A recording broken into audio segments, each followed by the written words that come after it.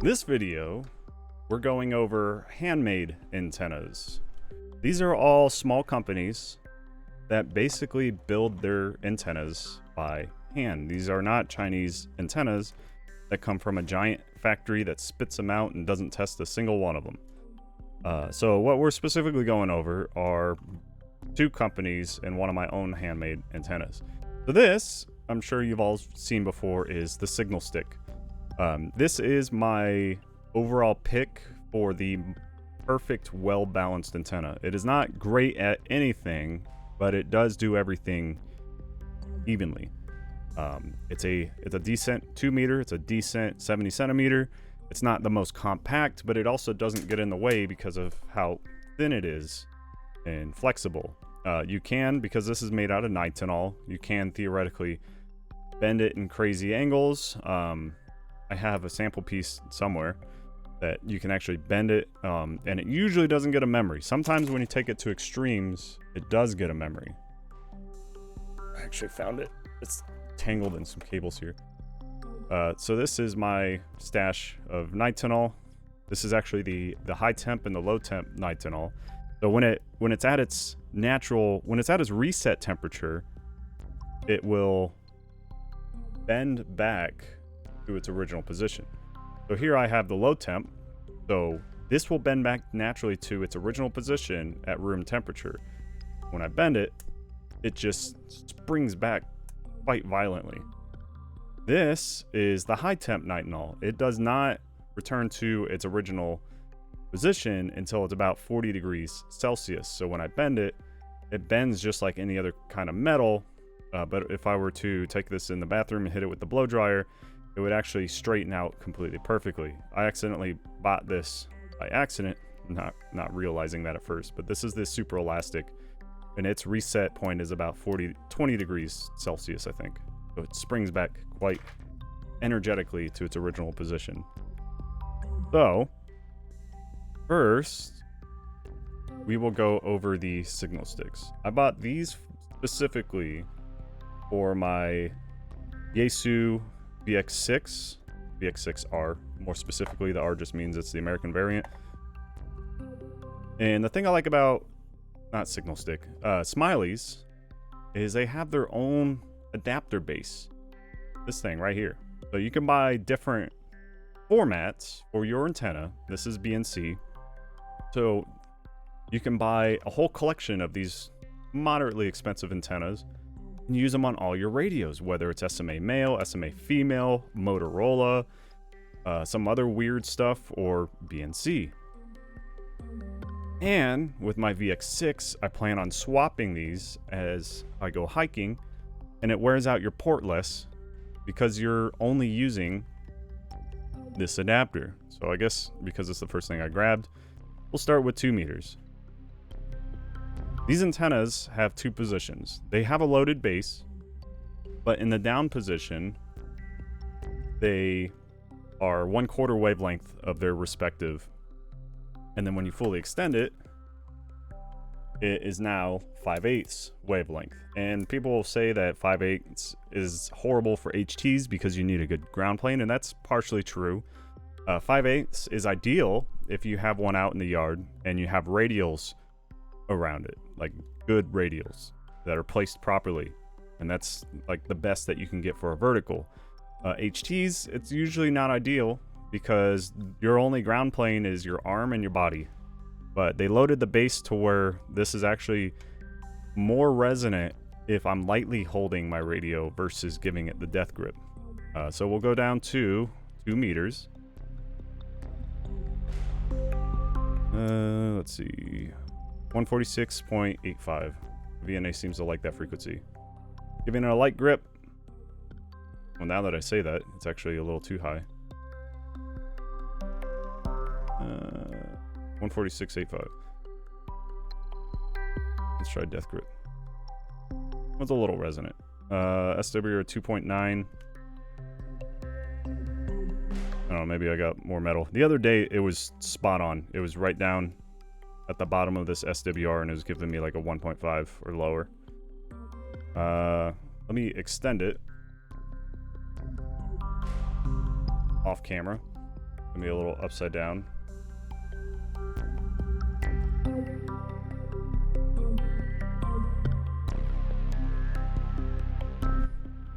So there we go. 146.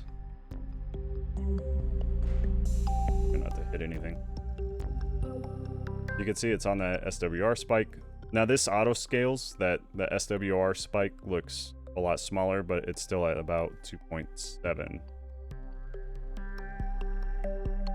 Of course, I can't hold it lightly because it's hanging sideways. There we go. So yeah, about 2.5 SWR, which for an HT, like, I aim for about 2 because you're not going to get ideal situations with a HT. It's too variable. But the Smith chart, it's kind of in that center window that we want. And yeah, a good 2-meter antenna. Again, with any HT antenna, it's not ideal. You're not going to get a perfect antenna, but you can get significantly better than the stock antenna that came with your radio. Maybe not with the Yaesus and Icoms and Kenwoods, but oh yeah, that's another thing that happens specifically with the BNC connector, is you can accidentally unthread the wrong part. Keep forgetting about that. Threaded that on tight. Also with these smileys, why they look a little different is I put a little bit of adhesive heat shrink on here just to hide the chromey bit. So your mileage will vary in appearance unless you also put heat shrink on your antenna. All right, let's go to the 222. Since my VX6R is a tri-band, not to be confused with the VX6E, the European variant, or is it VX6A? I don't know. But the Europeans don't get tri-band on their VX6. So let's go to 222. Close enough. 223.8. Giving it the light grip at quarter wavelength. We're getting an SWR of 1.3. That is very good, especially for an HT antenna. Give it the depth grip, and it drops a lot in response curve, but we're still at about 2.6. A little out of my ideal range, but it's at least below 3. Give it a full extension. It's going to be upside down because I have a wall to my left. And we have an SWR of 1.56. Let's see, our Smith chart is in that center window that we want to keep things simple. Give it a little bit of depth grip, and again, it likes the light grip because with these smileys, I have no idea how they work their magic. Also, it's a flexible springy base. I don't know how they work their magic, but they loaded the base absolutely perfectly. And also keep in mind that Smiley's not only a small company in the US, but they do make these antennas for basically everybody, not just hams, not just GMRS. They make them for off-road frequencies. They make them for fire department, police, first responders, etc. Even small pilots.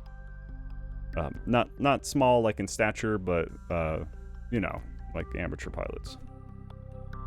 All right, so these are so similar, I have to stack them side by side. Actually Sharpied a G on this one. We'll start with the 70 centimeter. Let's see. 448. Let's try 448. I keep forgetting to take the adapter off. And because these are dipped in, I think, like actual rubber and not just whatever this heat shrink is, when you screw these adapters on, it actually butts against this base and makes a really good, kind of like a thread lock. I just kind of wish, this is the BNC adapter, it's their tallest one. I just kind of wish it was a little bit shorter.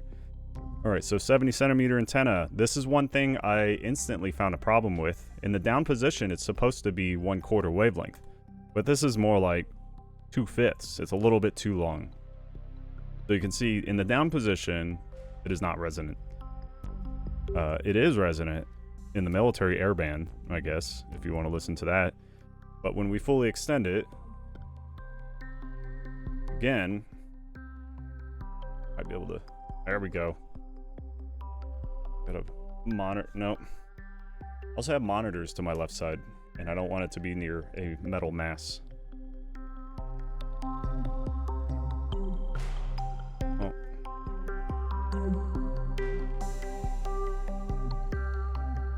Well, I'm just gonna hold it off camera and describe it. Come on, update. So, oh, my frequency changed. About 4:30, it's got a SWR 2.5, and I give it the death grip, and of course it makes it worse. So this is an alright 70 centimeter antenna. Here. Take that off. This is the GMRS variant. I just want to keep one of these in my bag, since I do have the Mars mod on my radio. Someone's calling for help on GMRS since I only have less than 1 watt on the VX6 with the Mars mod. This will significantly fix my range. And the same problem with this antenna is it's supposed to be a quarter wavelength in the down position, but it's not. So we're at 463.2, and you can see that this is actually a better 70 centimeter antenna in the down position than the actual 70 centimeter antenna. But we extend it.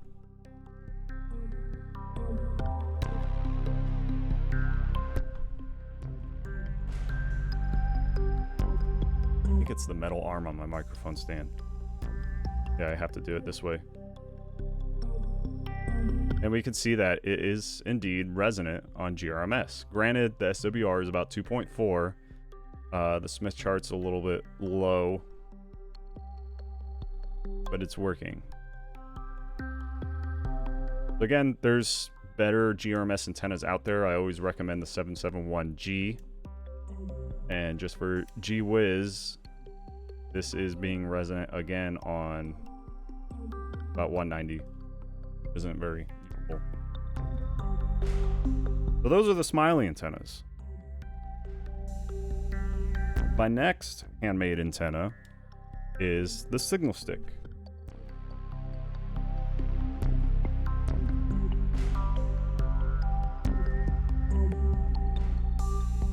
My little jank adapter on.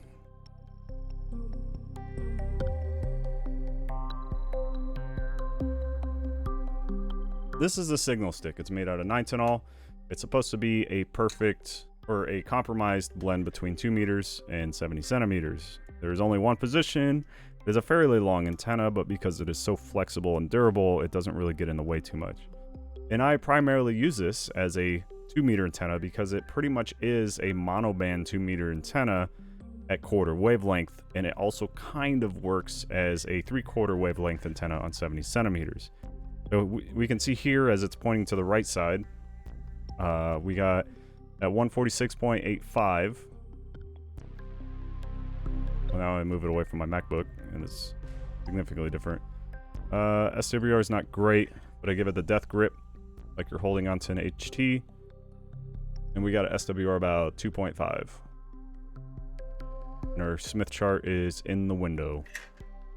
Move it to my right side where I don't have a lot of metal.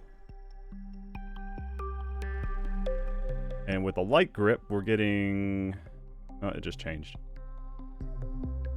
Give it a death grip. SWR about 2.0. But yeah, that's the problem with HT antennas, is your environment and the way you're holding it is always changing. But that's 2 meters on the signal stick. Go to 70 centimeters, about 448, 950.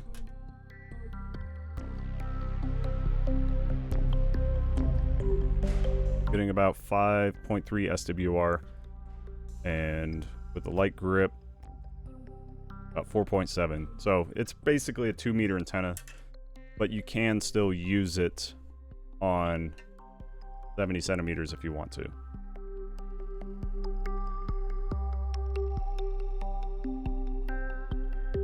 Yeah. So running into all these problems where every antenna is not absolutely perfect in every way, shape, and form, I've kind of made my own antenna.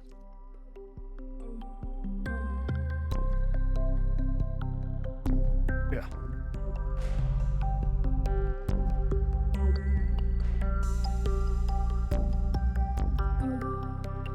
You can find these, I think they're primarily made for oscilloscopes. And it's 2 banana clips slash like wire terminals. And I took the wire terminals and I used a drill threaded tap, and I tapped them. And then you can find these little extendable antennas on Amazon. Threaded them in. I soldered them into the terminals, and then I 3D printed this support base. This is glow in the dark, by the way.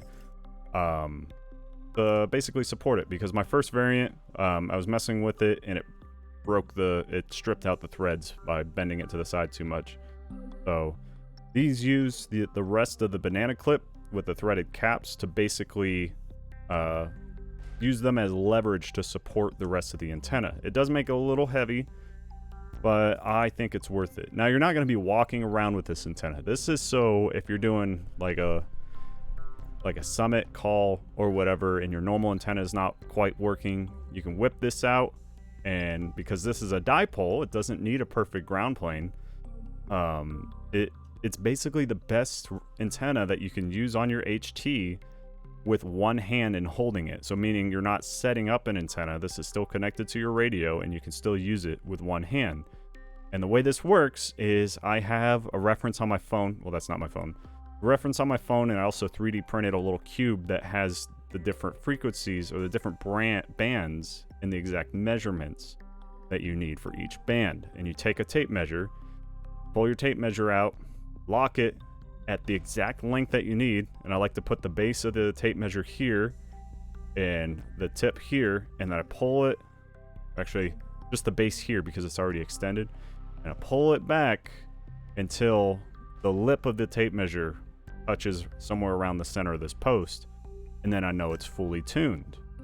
Now, I'm not going to do that on camera because they're not going to see all of it anyways, but I'm just going to show you how extending the 2 dipoles to equal lengths of each other can significantly help it. And with dipoles, you can use it vertically like a regular HT antenna, but you should always point the ground side at the ground. Also, I ran out of filament, so that's why one of these are black.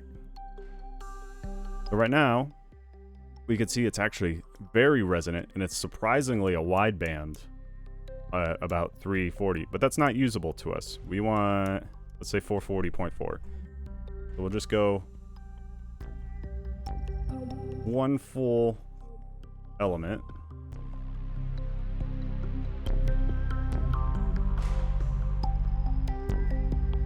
So let's go 2 full elements, because it should be about a foot and some change. Get to the next band. Ugh. Everything's in the way.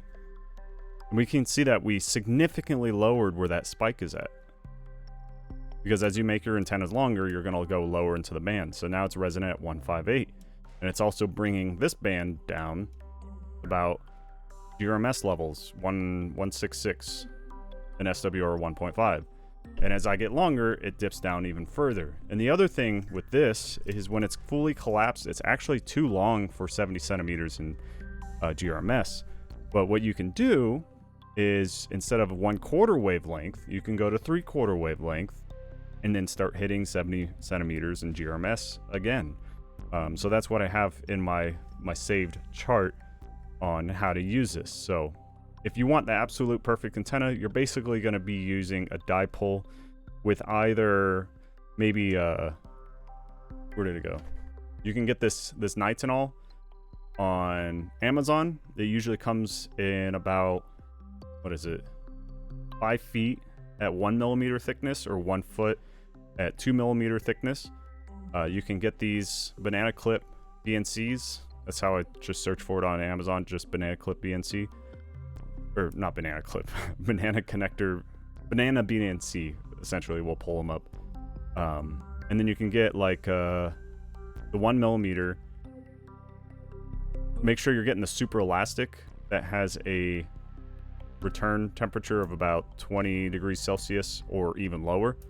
Otherwise, you're going to get the super bendy stuff at 40 degrees Celsius reset, and it's just going to stay bent. But you can get that. You can cut them to different lengths, stick them in there, screw it if you want super compact, or if you know how to tap threaded holes, you can thread the holes and then screw in these. And if you want to go overkill like I did, you can brace it with some 3D printed mounts.